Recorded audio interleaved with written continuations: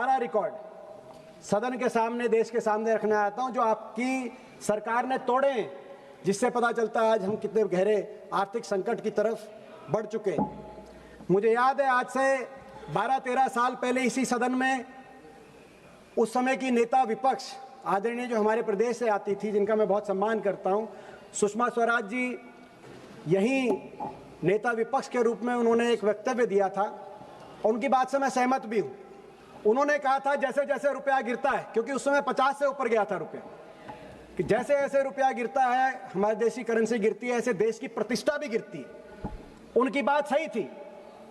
आज मगर आपकी सरकार का पहला रिकॉर्ड जो आपने तोड़ा है, 78 साल के इतिहास में गिरा जी, रुपया दुनिया की बाजार में इतना सस्ता नहीं हुआ जितना आपकी सरकार में। और आप कहेंगे, मुझे पता आप ये कहेंगे, आप कहेंगे कि आज युद्ध चल रहा है, वेस्ट एशिया क्राइसिस है, डॉलर प्रति बैरल क्रूड ऑयल का काफी कीमत बढ़ गई है। मैं ये भी बताना चाहता हूं, आज क्रूड ऑयल की कीमत $100 प्रति बैरल है। 2009 में जब इसी क्रूड ऑयल की कीमत विश्व के बाजार में $147 प्रति बैरल थी, फाइनेंशियल क्राइसिस के दौरान 150 यानी कि लगभग, तब रुपया कितना था? $48 प्रति डॉलर रुपये की कीमत थी, 48 रुपए। और 2014 में जब हमारी सरकार का अंतिम वर्ष था, उस समय भी रुपया 60 रुपया प्रति डॉलर था, जब क्रूड ऑयल की कीमत भी $100 प्रति बैरल थी। आप अंदाजा लगाइए। और दूसरी बात, बार बार कहा जा रहा था रिकॉर्ड बन गया, world fastest large growing economy. नहीं, फास्टेस्ट लार्ज ग्रोइंग इकोनॉमी नहीं, वर्ल्ड फास्टेस्ट फॉलिंग करेंसी। मैंने तुलना करी पिछले 3 साल में दुनिया की कौन सी करेंसीज की कीमत में सबसे ज्यादा गिरावट हुई है। 3 करेंसी की सबसे ज्यादा गिरावट हुई है अध्यक्ष महोदय, ईरानियन रियाल, लेबनीज पाउंड और भारतीय रुपया। ईरान और लेबनान पे तो बम गिर रहे हैं, हमारे देश में कौन सा बम गिर रहा है? वित्त मंत्री जी बताएं जब जवाब दें।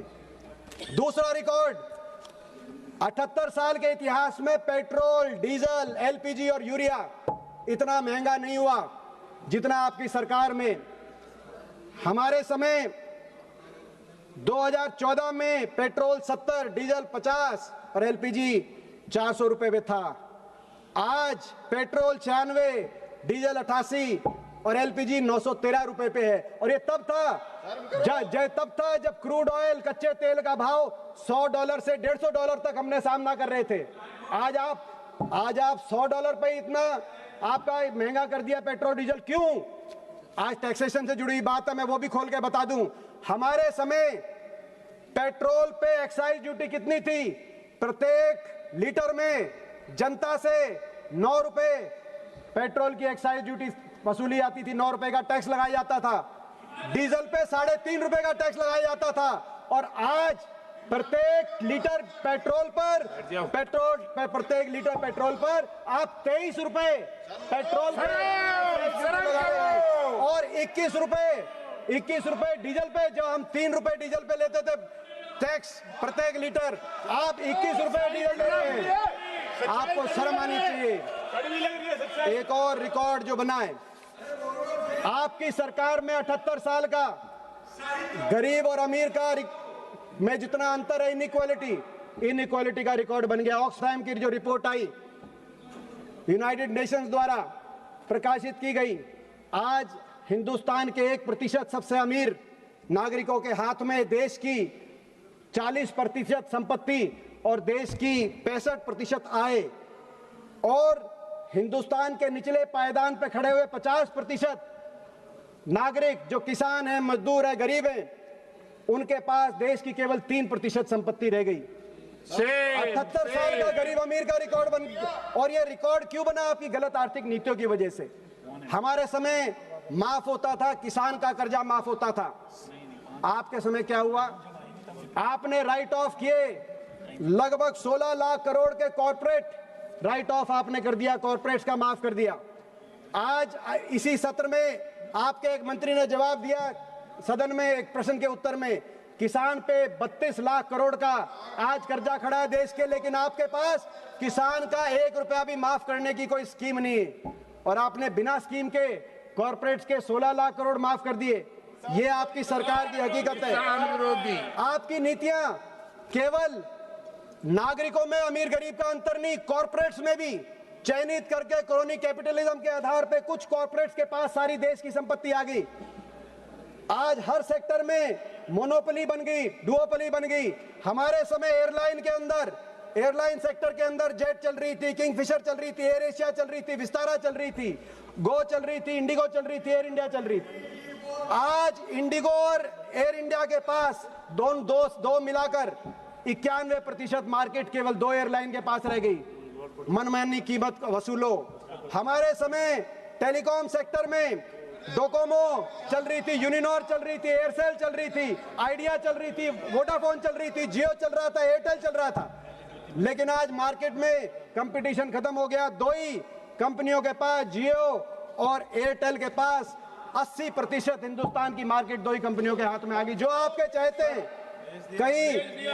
कहीं किसी ग्रुप का नाम आता है एयरपोर्ट चलाने में, अदानी ग्रुप का नाम आता है, कभी किसी का आता है। जो आपके चाहते हैं उनके हाथ में वो सेक्टर्स आप सौंपे जा रहे हैं। ये आज की वास्तविकता। चौथा रिकॉर्ड, एम्प्लॉयमेंट। अनएम्प्लॉयमेंट पे तो अलग अलग चर्चा है, कई रिकॉर्ड आते हैं जो आपके माफिक नहीं होते। आप कहते हैं किसी प्राइवेट एजेंसी का रिकॉर्ड है एम्प्लॉयमेंट का, अनएम्प्लॉयमेंट का जो रिकॉर्ड बना है 78 साल में, उसको हम स्वीकारते नहीं। आपने अपना अलग भारत सरकार की तरफ से आंकड़े निकाल देते हो, मैं उनमें नहीं जाऊंगा। जो अभी अजीम प्रेमचंद यूनिवर्सिटी ने बताया कि 35 से 40% ग्रेजुएट्स में अनएम्प्लॉयमेंट दुनिया में सबसे ज्यादा है, पाकिस्तान, बांग्लादेश, इंडोनेशिया से भी ज्यादा है। लेकिन मैं दूसरा रिकॉर्ड बताऊंगा जो आप ही ने इकोनॉमिक सर्वे के माध्यम से बताया। आपकी पहली सरकार बन गई जब आपकी सरकार के इन 12 साल में कृषि सेक्टर में एम्प्लॉयड जनसंख्या की आबादी बढ़ गई और मैन्युफैक्चर सेक्टर में एम्प्लॉयड जनसंख्या की आबादी घट गई। 78 साल में नहीं तो ट्रेंड एक तरफ था, धीरे धीरे कृषि से बोझ कम होकर और मैन्युफैक्चरिंग और सर्विसेज सेक्टर की तरफ हमारे जनसंख्या जा रही थी। 2014 में मैन्युफैक्चरिंग में 13% हमारी लेबर फोर्स एम्प्लॉयड थी, आज वो 11% घट के रह गई। एग्रीकल्चर में 42% हमारी जनसंख्या 2014 में एम्प्लॉयड थी, आज वो बढ़कर 46% पहुंच गई। ये आपके आंकड़े बता रहे हैं। और यही नहीं, अर्थव्यवस्था का जितना हिस्सा मैन्युफैक्चरिंग में 2014 में मेक इन इंडिया की बात आपने करी, मेक इन इंडिया 2014 में 17% जीडीपी का हिस्सा मैन्युफैक्चरिंग था, आज वो मैन्युफैक्चरिंग जीडीपी का घटकर 17% से 13% पे लुढ़क गया। ये आपकी सरकार के 12 साल में मैन्युफैक्चरिंग सेक्टर में आज जीडीपी का प्रतिशत घटना, मेक इंडिया के आपके नारे के परकच्चे उड़ना। और एक और नारा था आपका, आत्मनिर्भर भारत। आत्मनिर्भर भारत का क्या असलियत है?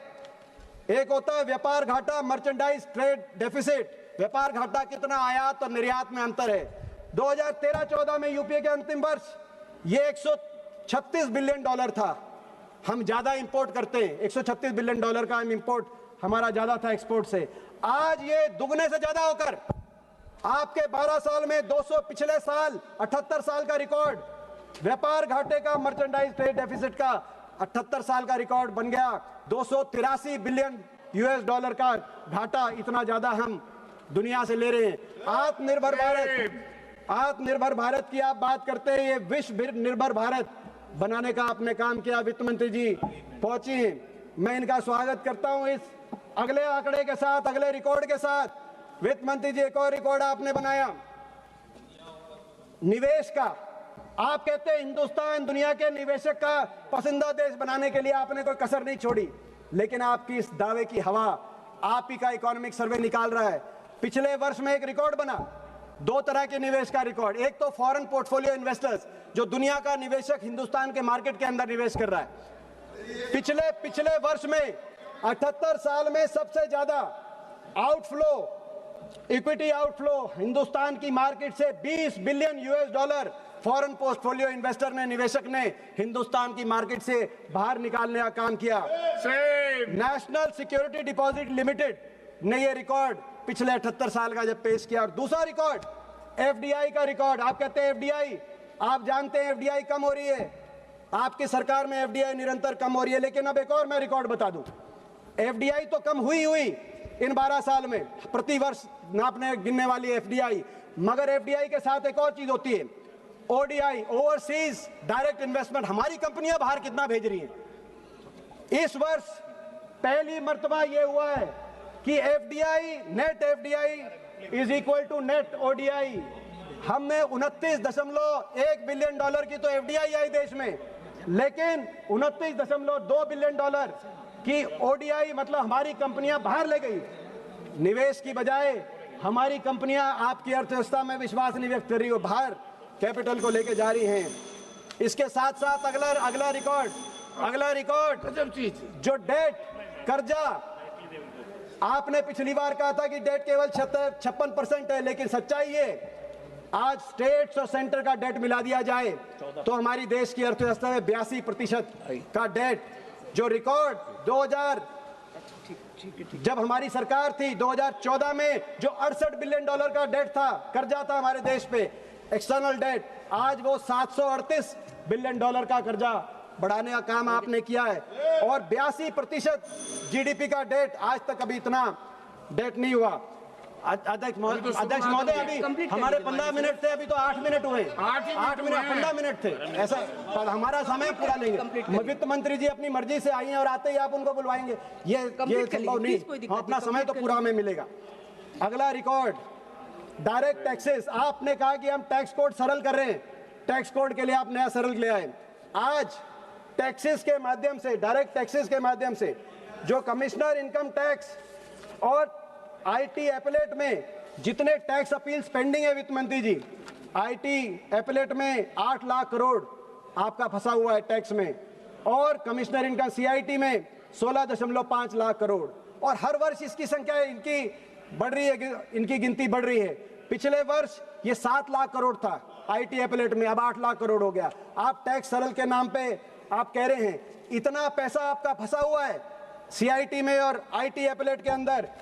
भारत के रक्षा बजट से 3 गुना पैसा आपका फंसा हुआ है इनमें, और आप टैक्स की सरल की बात कर रहे हैं। अगला रिकॉर्ड, डिफेंस बजट की बात मैं करूं, देश के इतिहास में सबसे कम जीडीपी के प्रतिशत में डिफेंस बजट अगर करने का काम हुआ तो आपकी सरकार में मात्र 1.6% जीडीपी का, हमारे समय 2.5% था जीडीपी का डिफेंस। फौज ही कच्ची कर दी आपने आजादी के बाद पहली बार, अग्निवीर योजना आप लेके आ गए, ये हालात आपके बन गए। और अगला रिकॉर्ड स्ट्रेटेजिक ऑटोनॉमी आपने सरेंडर कर दी। देश में सिलेंडर क्राइसिस तो है ही, लेकिन सरेंडर क्राइसिस भी है। आज अमेरिका आपका फैसला कर रहा है कहां से तेल लोगे, कितने में तेल लोगे। अमेरिका फैसला कर रहा है वेनेजुएला, और घोषणा भी कर रहा है वेनेजुएला से तेल आएगा। अमेरिका फैसला कर रहा है सीज फायर कब होगा। वित्त मंत्री जी आप क्या करें, देश में आजादी से पहले 5 बजे बजट पेश होता था, क्योंकि ग्रेट ब्रिटेन के लोग 5 बजे जाग जाते थे। हमें लग रहा है कि अगले बजट तक रात के 12 बजे आपको बजट पेश ना करना पड़े, क्योंकि वाशिंगटन डीसी में लोग।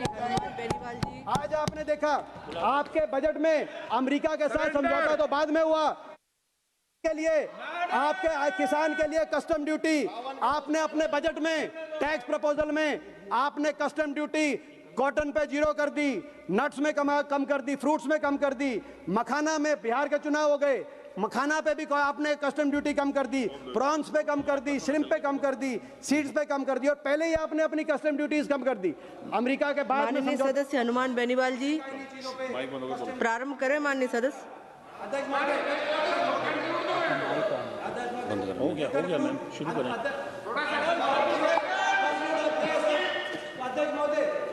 रिकॉर्ड में नहीं बैठ गया, माननीय सदस्य प्लीज। चलो बोलो, 1 मिनट चलेगी पूरी।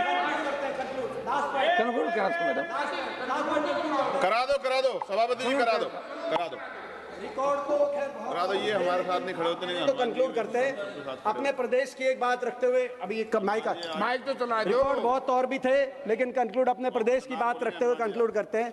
हरियाणा प्रदेश में के लेकर एक मांग है वित्त मंत्री जी, हमारे जीएसटी का, देश की जीएसटी कलेक्शन का 7% पिछले वर्ष हरियाणा से आया है। पंजाब से आप तुलना करिए, 5 गुना ज्यादा जीएसटी हरियाणा से आपने कलेक्ट करी है, उत्तर प्रदेश से भी ज्यादा जीएसटी हरियाणा से कलेक्ट किया। लेकिन 15वीं फाइनेंस कमीशन के अनुसार हरियाणा को जो टैक्स, सेंट्रल टैक्स से वापस मिलेगा वो मात्र 1% मिलेगा, 7 रुपए लेकर 1 रुपया। ये हरियाणा के साथ अन्याय है। हमारे बड़े बड़े प्रोजेक्ट्स आज हरियाणा के दूसरे प्रदेशों में स्थानांतरित कर दिए माननीय सदस्य श्री गए। हनुमान एयरपोर्ट हमारा बेनीवाल जी। जेवर चला गया, जो महम में आना था, रेलपोर्ट फैक्ट्री। 2 मिनट बैठ गया, मैं वापस आधा मिनट 2 मिनट। माननीय सदस्य आप बोलना नहीं चाहते क्या? माननीय सदस्य हनुमान बेनीवाल जी। बोले बोलो, बोलना पढ़ना।